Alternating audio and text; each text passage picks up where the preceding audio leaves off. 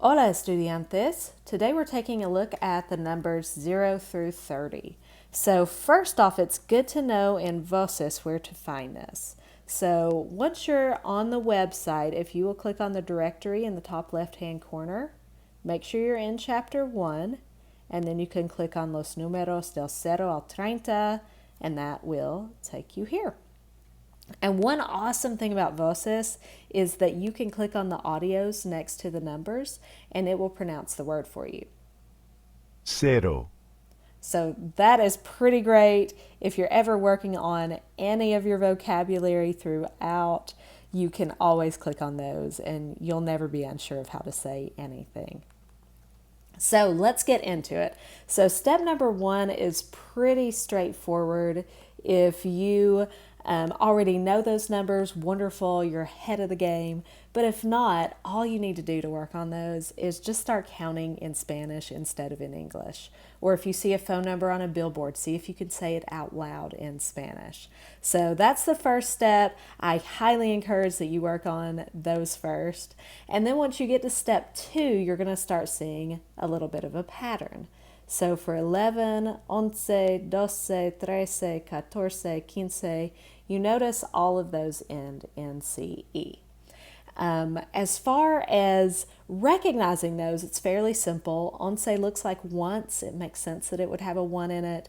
Doce looks like dos, so if you already know dos. Same thing with tres, it looks like trece. Now, catorce is a little bit more of a stretch. So, just like in step 1, it's just practice, practice, practice. And then 15 is very different from cinco, but if you've ever heard of a quinceañera, it has that word quince in it. So a quinceañera, if you don't know, that's a girl's 15th birthday party. So quince. So with those, I would say be really, really careful with doce and trece. If you spell them like this, that's not going to work, because with doce with an S, I don't know if you mean dos or doce. If you're spelling tres or trece, the way that's spelled here, we don't know if you mean tres or trece. So be really careful with spelling on doce and trece. And then I will say 14 and 15, 14 and quince, those give students the hardest time. So spend a little bit of extra time on 11 through 15, and especially those two. Now, step 3, 16 through 19, we're seeing more of a pattern. If you look at those, you can see dieci in front of those words. So it's going to be dieci and then 6 through 9. So if you've memorized step 1, that's going to help you out a little bit here. But really what's going on with 16 through 19 is we're doing a little bit of math.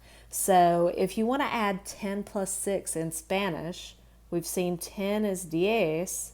To say plus, we'll say y, which also means and. So 10 and 6, or 10 plus 6. And then 6 is seis.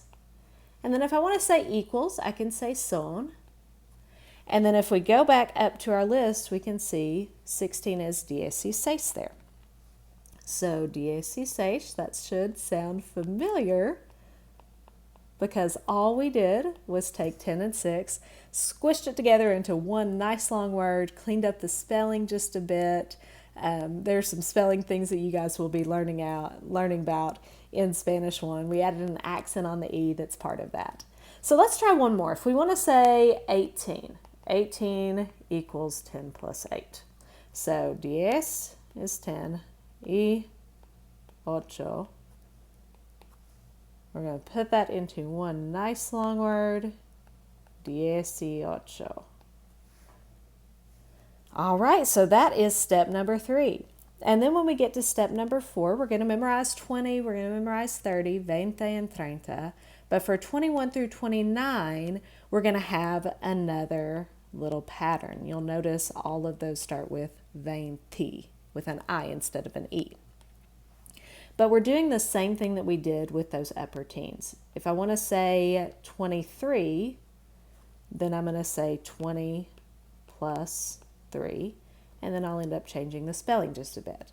So 20 in Spanish is 20 plus y, 3, tres, put it into one nice long word. We're going to change up the spelling just a bit with that E and Y. Change it to an I. And then tres. And we are going to add an accent on that one. And with accents for now, I would say just accept those for what they are. Work on that spelling. Let's try one more with these. If I want to say 27. So 20 is 20. And 7, siete. That's my math problem. Change up the spelling a bit.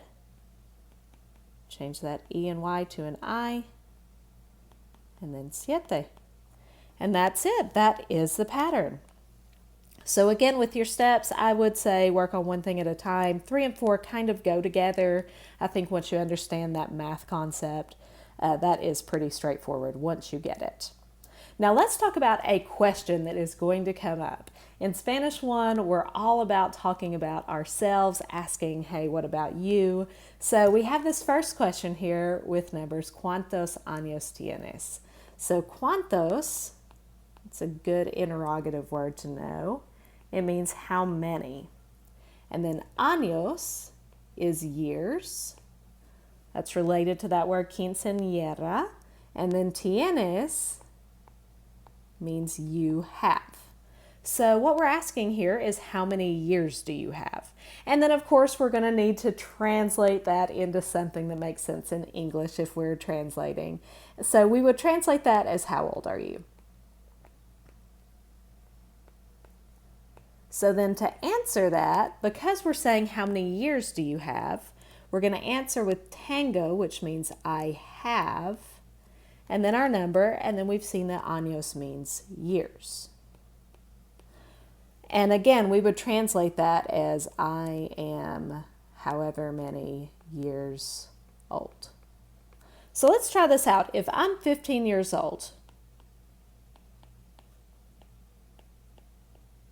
I can just plug in that 15 here if I'm spelling it out.